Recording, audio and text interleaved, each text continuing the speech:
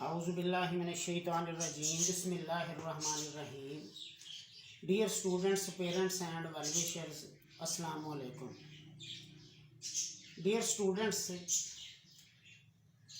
کل عید کے بعد پہلا ورکنگ ڈے تھا تو مجھے سارا دن یہ فون آتے رہے کہ جی ایگزام کے بارے میں بتا دیں. اور آج میں بڑا حیران بھی ہوا کہ ابھی فیس بک پہ کسی نے اور مختلف گروپس میں واٹس ایپ پہ ایک باقاعدہ نوٹیفیکیشن بھی شیئر کیا ہوا ہے.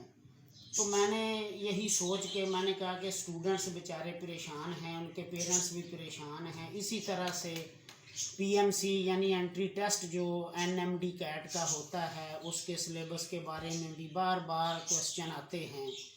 تو ڈیئر اسٹوڈنٹس، میں اسی سلسلے میں آج دو باتیں آپ سے بالکل کلیئر، آپ جو بھی آپ کے ذہن میں کوئی بات ہے اسے کلیئر کر لیں.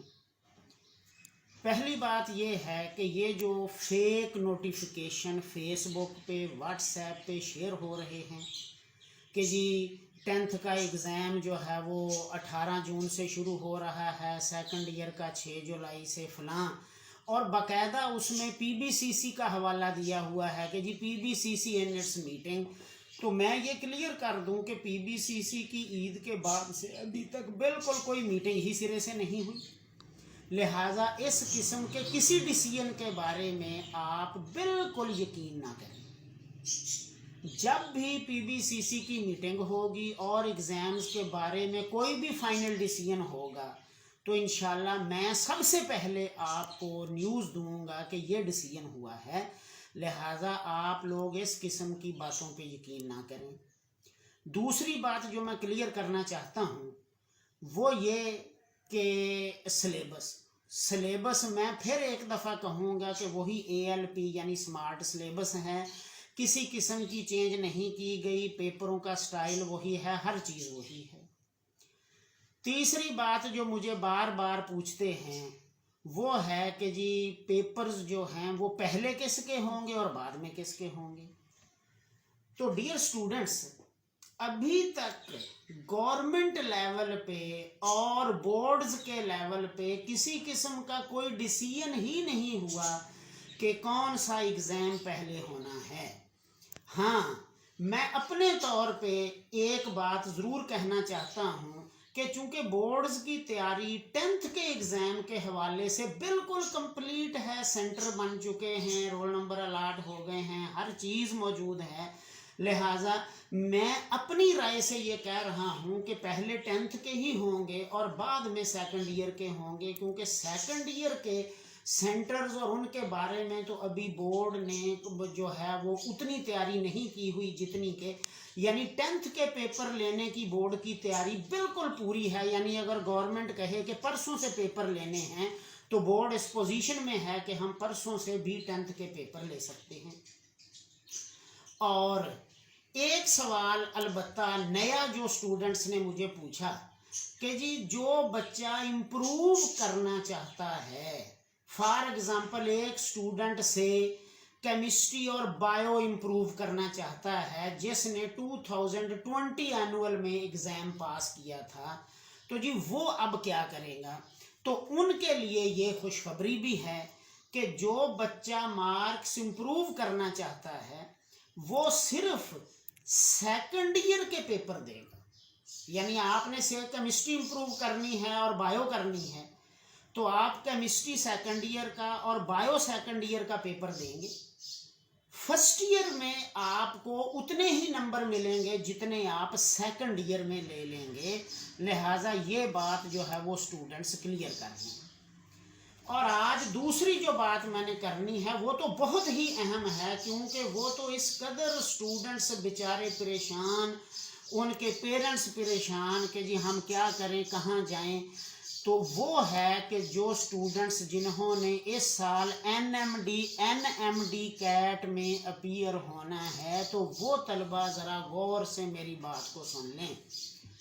اس سلسلے میں جو اب تک کی ڈیولپمنٹ ہے یا جو اب تک کی اتھینٹک خبر ہے وہ یہ ہے کہ اس سال NMD CAT کا ٹیسٹ PMC ہی لے گی اور توقع ہے کہ سپٹمبر میں لے گی. میں پھر کہہ رہا ہوں توقع ہے کیونکہ ابھی فائنل ڈیٹ کوئی نہیں آئی.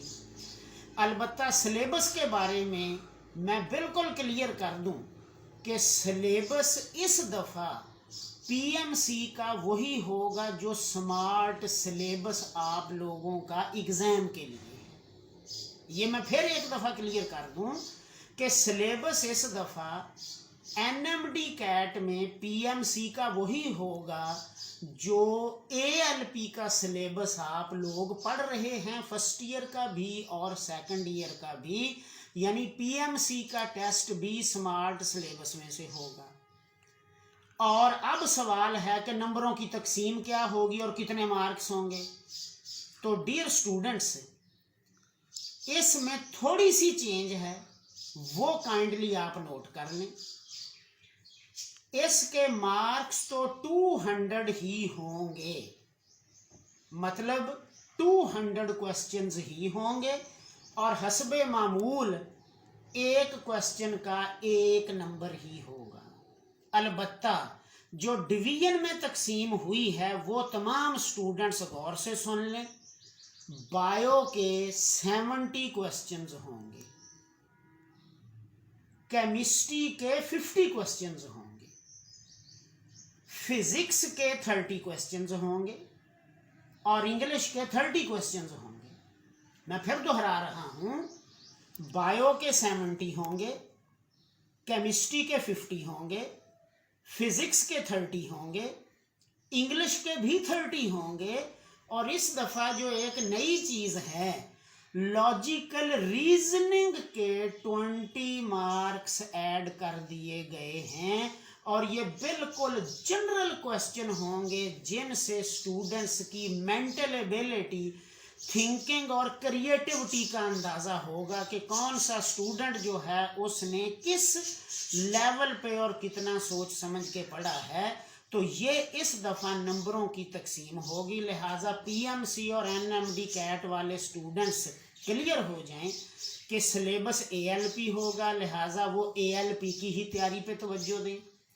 اور بایو کے 70, کیمسٹری کے 50, فزکس کے 30, انگلش کے 30 کوسچنز ہوں گے. لاجیکل ریزننگ کے 20 مارکس کا مطلب ہے 20 کوسچنز ہوں گے جو کریٹیوٹی بیسڈ ہوں گے. آخری بات جو میں نے PMC والوں سے کرنی ہے کہ وہ عام طور پہ وہی بات آ جاتی ہے کہ دیکھیں کوسچن مشکل یا آسان کوئی نہیں ہوتا, کوسچن جو آپ کو نہ آتا ہو وہ مشکل ہوتا ہے اور جو آتا ہو وہ آسان ہوتا ہے. البتہ جو PMC کی تجویز ہے وہ یہ ہے کہ اس سال ڈیفیکلٹی لیول جو ہے, یعنی جو بہت ہارڈ کوسچنز ہوں گے جن پہ آپ کو حقیقتاً سوچنا پڑے گا, یہ میں پھر کہہ رہا ہوں, جن پہ آپ کو حقیقتاً سوچنا پڑے گا, یعنی ان کے جواب بنے بنائے آپ کے ذہن میں نہیں آ سکتے, وہ 10% ہوگا. 10% ہر 10% سے مراد ہے کہ ہر سبجیکٹ میں 10% کوسچنز کا ڈیفیکلٹی لیول ہارڈ لیول ہوگا.